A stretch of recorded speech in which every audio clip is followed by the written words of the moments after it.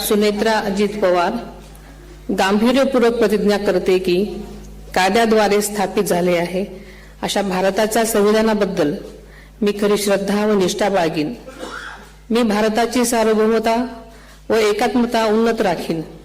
मी महाराष्ट्र राज्याची उपमुख्यमंत्री म्हणून माझी कामे निष्ठापूर्वक व ससद्विवेक बुद्धीने पार पाडेन आणि संविधान व कायदा यानुसार सर्व तऱ्हेच्या लोकांना मी गांभीर्यपणे व निपक्षपातीपणे तसेच कोणाच्याही विषयी ममत्वभाव किंवा आकस न बाळगता न्याय वागणूक देईन।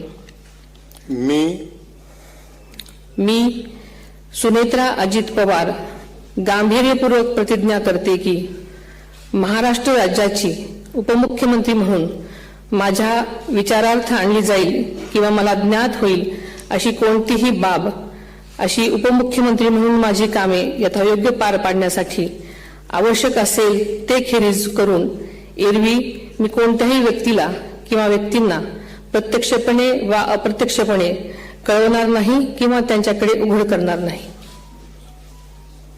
धन्यवाद।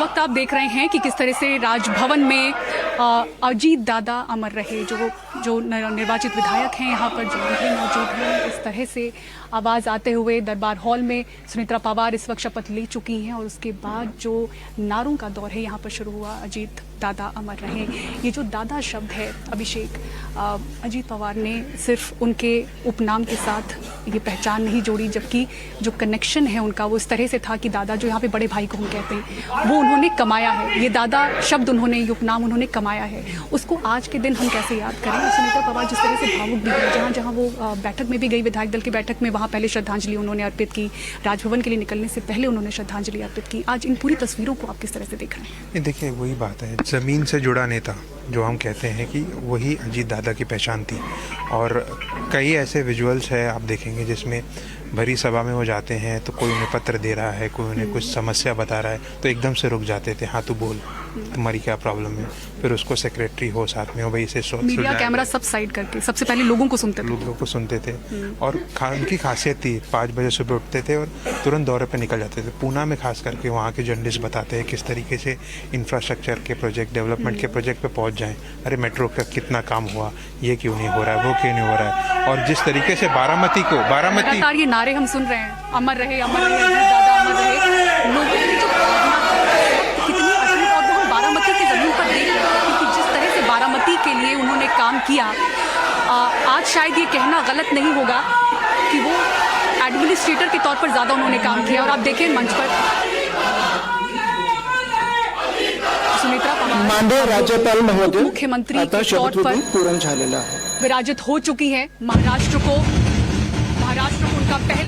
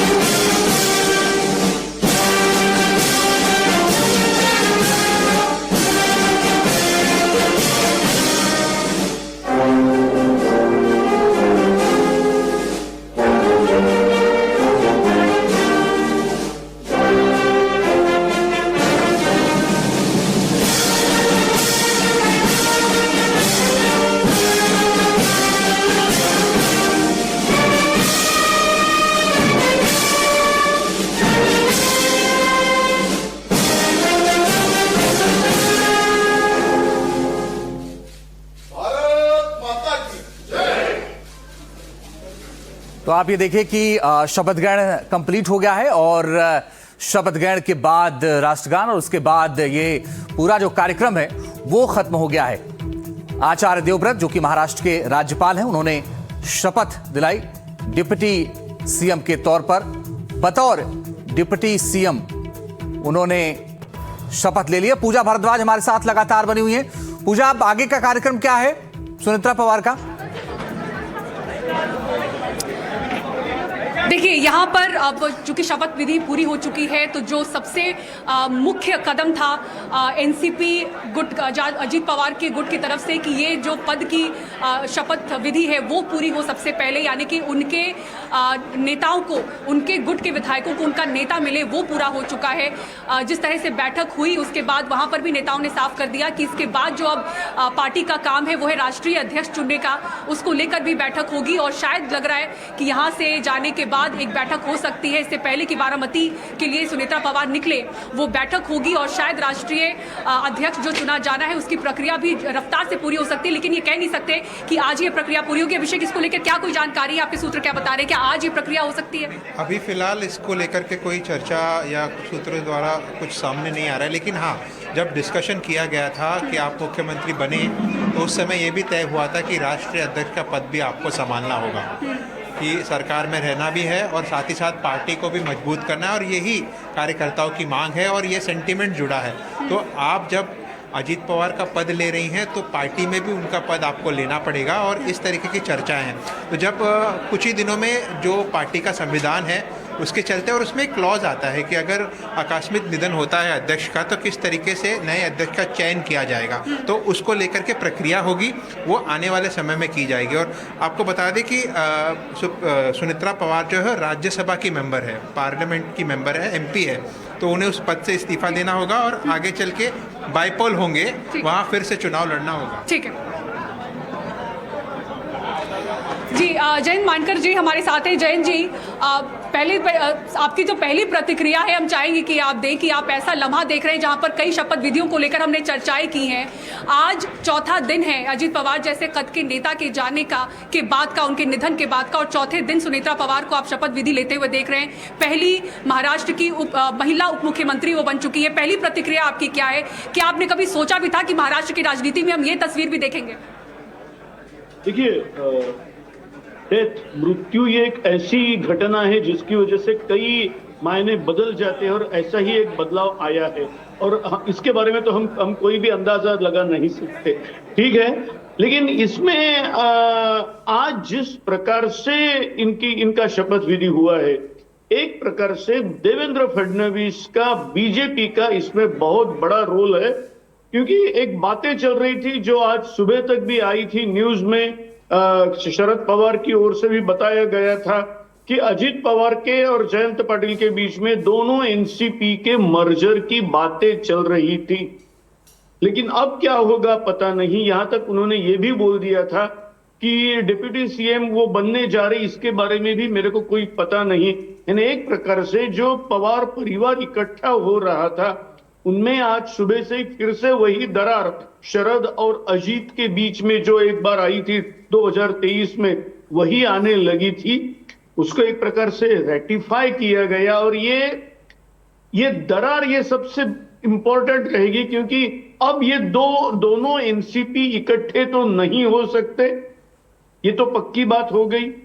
और दूसरी बात, ये जो बातें चल रही थी कि हो सकता है सेंट्रल का कारोबार सुप्रिया को दिया जाएगा और स्टेट में कोई सुनेत्रा या जो भी कोई, वो तो बात नहीं थी। स्टेट में जब बातें चल रही थी तब अजीत पवार जिंदा थे, तो स्टेट में अजीत बने रहेंगे। लेकिन आज इन बातों का कोई मायना नहीं रखता। मुझे नहीं लगता है कि शरद पवार, जिनकी पार्टी के पास 7 एमपीज है और 10 एमएलएज है, वो और अजीत पवार की पार्टी जिनके पास 40 एमएलएज और केवल एकमात्र एमपी है, इनके दोनों पार्टियों का विलय होगा, दोनों अलग रहेगी। लेकिन एक प्रकार से सुनेत्रा पवार वही एक प्रकार से रूट फॉलो करेगी जो देवेंद्र फडणवीस चाहते हैं। आज ये दोनों का मर्जर एक प्रकार से रोका गया है देवेंद्र फडणवीस की ओर से, क्योंकि ये अजित पवार की पार्टी। सर आपको रोक रहे हैं जयंत सर, एक बड़ी खबर आ रही है, वो दर्शकों को बता दें, फिर आपके पास लौटते हैं। इस वक्त की बड़ी और अहम खबर, सुनेत्रा पवार बन गई हैं महाराष्ट्र की डिप्टी सीएम। सुनेत्रा के शपथ ग्रहण से सुप्रिया की दूरी, सुप्रिया सुले नहीं पहुंची, शपथ ग्रहण में शामिल नहीं हुई सुप्रिया सुले, और चाचा तो पहले से ही नाराज बताए जा रहे हैं। सुप्रिया सुले बारामती से दिल्ली रवाना हो गई, लेकिन वो शामिल नहीं हुई। सुनेत्रा के शपथ ग्रहण से सुप्रिया की दूरी। सतीश केसिंग साहब हमारे साथ बने हुए हैं, उनके पास हम जाएंगे, लेकिन पहले सुनवाते हैं सुप्रिया सुले ने क्या कुछ कहा। सेशन आहे म्हणून मी आशा काकींना भेटायला गेले. मी आशा काकींची परवानगी घेतली की आशा काकी उद्या बजेट आहे, तर मी जाऊ का? काकी म्हणल्या हो, देशाचं बजेट आहे आणि मी फ्लोर लीडर आहे राष्ट्रवादी काँग्रेस पक्षाची. तर काकी म्हणल्या नाही, मी काकींची परवानगी घेऊन आज दिल्ली. तो मराठी में वो बोल रही थी और शायद बजट का जिक्र कर रही थी। कल से कल बजट है और एज ए पार्लियामेंट मेंबर शायद वो दिल्ली में रहेंगे। सतीश के सिंह साहब हमारे साथ बने। सतीश के सिंह साहब, सुनेत्रा पवार के सामने किस तरह की चुनौतियां हैं परिवार के अंदर और बाहर? देखिए, हमसे जो पूर्व वक्ता है उन्होंने बहुत सही बात कही कि जो लग रहा था कि आप पूरा सुन लीजिएगा कि एनसीपी के दोनों पार्टियां जो हैं, दो पार्टियां ना एनसीपी में, दोनों अब एक हो जाएंगे। पवार साहब ने भी कहा था, बड़े पवार ने भी, कि ये हो सकता है हो जाए, लेकिन जिस तरह से सुप्रिया दिल्ली रवाना हुई, अरे 10, 20, 25 मिनट के लिए रुक सकती थी, वो नहीं रुई। और पवार साहब का भी आज बयान आया, तो लगता है कि जो एनसीपी का जो पूरा का पूरा जो एकता का प्रयास था वो धरा का धरा रह गया। Number 1। Number 2, Bharatiya Janata party जिस द्रुत गति से बहुत ही T20 स्टाइल में चल रही है, तुरंत के तुरंत अनुकंपा की राजनीति में सीधे डिप्टी चीफ मिनिस्टर बनाया गया है सुनेत्रा पवार को, तो आप समझ सकते हैं कि बीजेपी पूरी तरह से कंट्रोल में हर चीज को रख रही है, ले चुकी है। तीसरी बात जो मैं एक बात कहना चाहता हूं, आप ये जान लीजिए कि सुनेत्रा पवार का इस दुख की घड़ी में भी जो कॉन्फिडेंस जो दिख रहा शपथ लेते हुए, वो एक कुछ कहता है।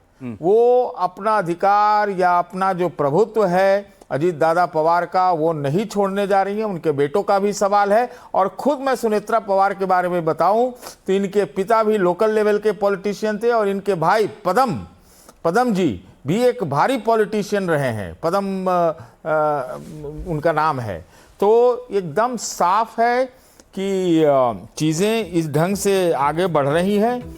ठीक है, बीजेपी भी कहती है कि परिवारवाद, लेकिन अनुकंपा पे ही सही, दुख की घड़ी में सही, ये भी एक परिवारवाद है। और अपने परिवार में ही अपना जो खास कोर परिवार है, उसकी वर्चस्व और उसके प्रभुत्व के लिए हमको लगता है कि नहीं, लेकिन अभी किस तरह की चुनौतियां हैं सतीश के सिंह जी सुनेत्रा के सामने? देखिए, सुनेत्रा के सामने मैं चुनौती बहुत ज्यादा नहीं मानता।